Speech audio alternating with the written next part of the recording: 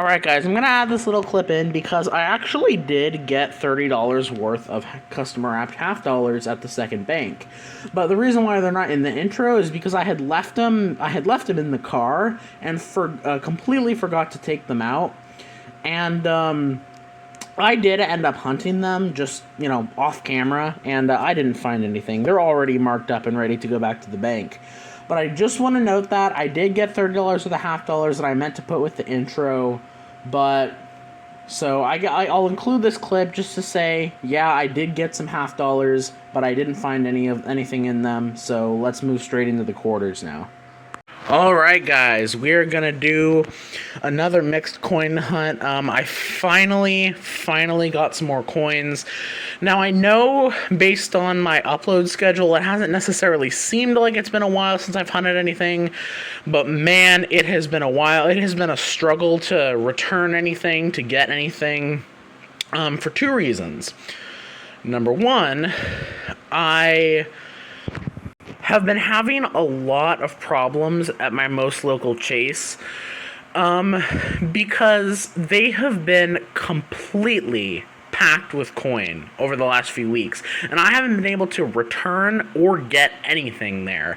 And the reason why, that puts a damper on things is because I'm able, this bank, I'm usually able to get some stuff returned, but also in between the periods where I get out to other banks, my filler videos are usually, boxes that I get from orders and loose customer app coin that I either is a video or I do, a bunch of mini hunts and make it into a video. But that's usually what I'm hunting in between when I go out to other banks. But I haven't been able to do that, so I haven't been able to really return much of anything, nor get any coin. And all the coin they do have is all coins from searchers. Apparently there's been a huge influx of searchers. So not only that, but also there's just been so many things going on, and I haven't had really much of any opportunity to get out to the bank. Things have just been so crazy lately at home, and I just haven't been able to get out to any banks. So I finally that's the only reason why I got any coins. I was finally able to. Now, you might be wondering, how did I get so many pennies? This actually isn't even all the pennies. I have about $8 more. Now, I did do a short, that kind of explains this. That actually, as of this video uploading, the short will probably be over a month old, but it's basically the one where I talk about how I had a new technique for getting pennies, but I might have a drawback, and it all kind of started from this, and the only reason why I was able to get pennies was because I myself had $25 in pennies. And what I was kind of saying was, at the second bank, that's the only reason why I was able to get pennies, was I had some, and they were willing to trade them out. And what I was saying was my new technique might be make sure I always have some pennies to exchange and never exchange them for other denominations. So that way because this might be my only leverage to get pennies, if I have some that I can trade out. But as I said, the downside of that is I probably won't be able to keep holding on to my copper, which I'm probably not going to hold on to my copper this time.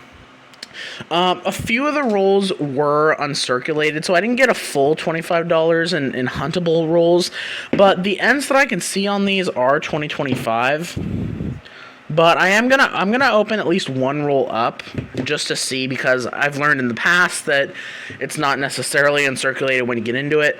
I did initially get $20 worth of uncirculated nickels that were 2025 Ds. I only kept one roll because even though I have found some of these are uncirculated, so they're going to be a lot nicer. So still haven't found any 2024s, but to get a roll of 2025s, at least it looks like it.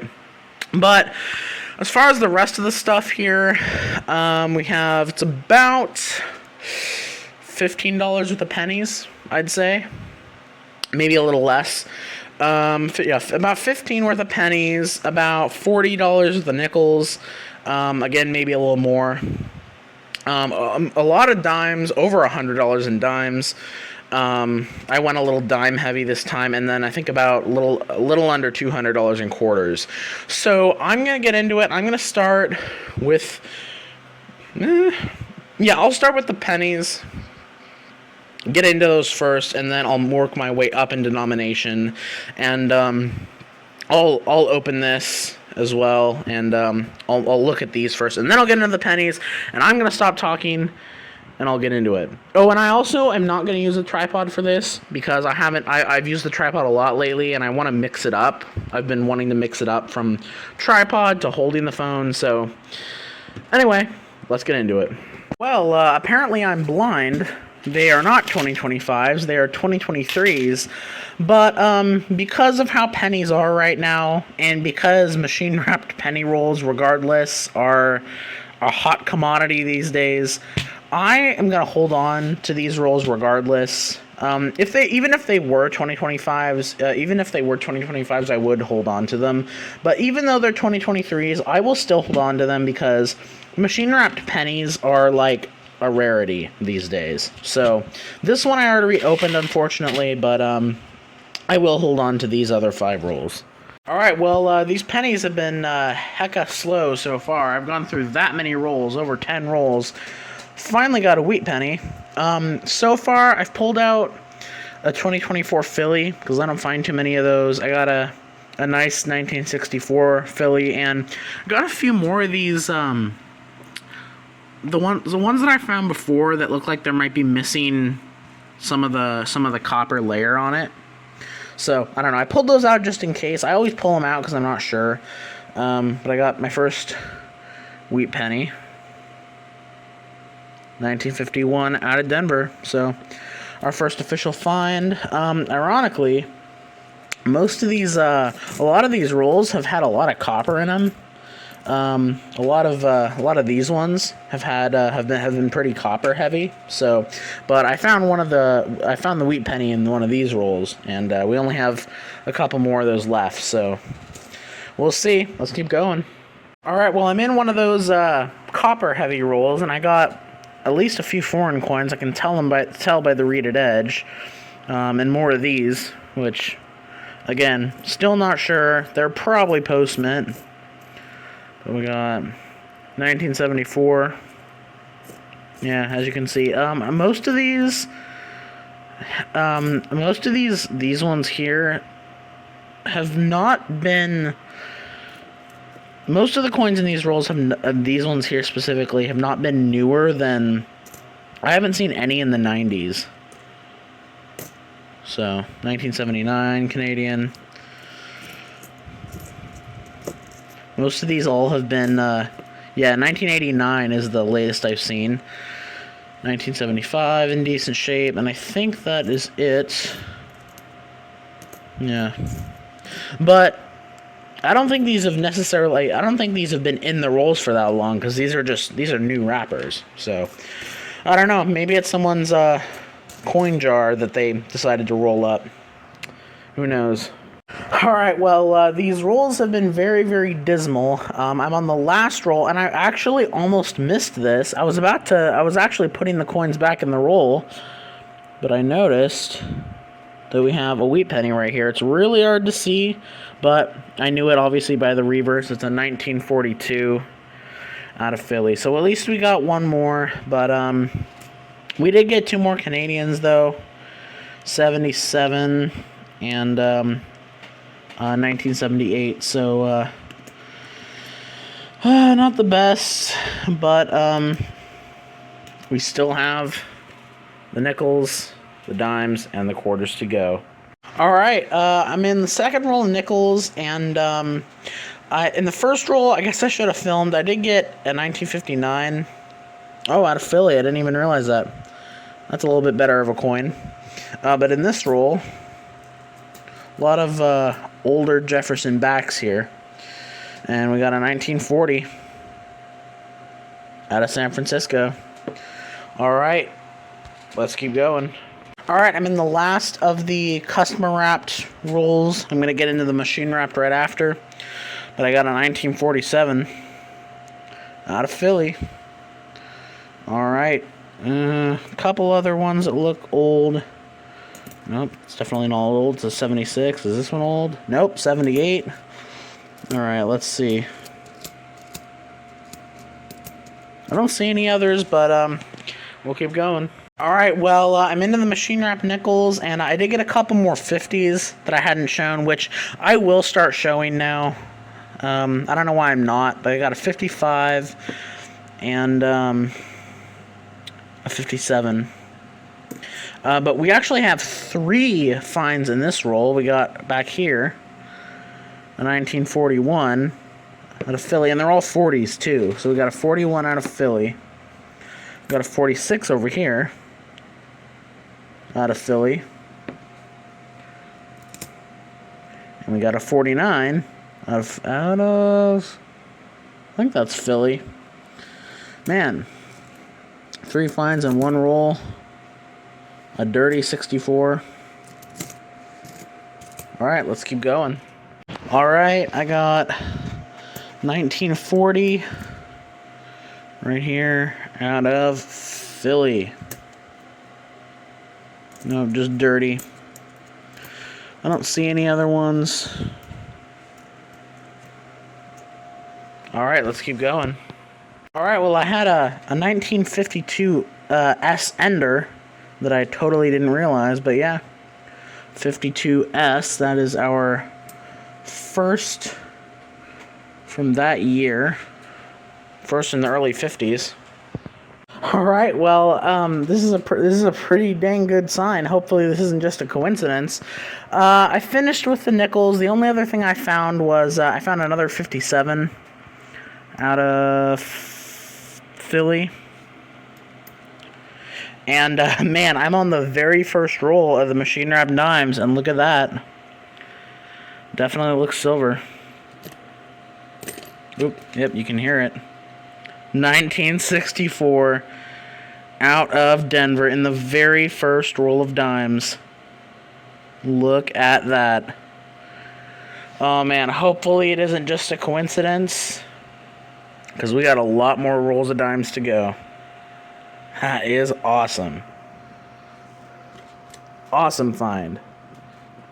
Alright, so we finished with all those rolls, and yeah, the quarters didn't really produce anything.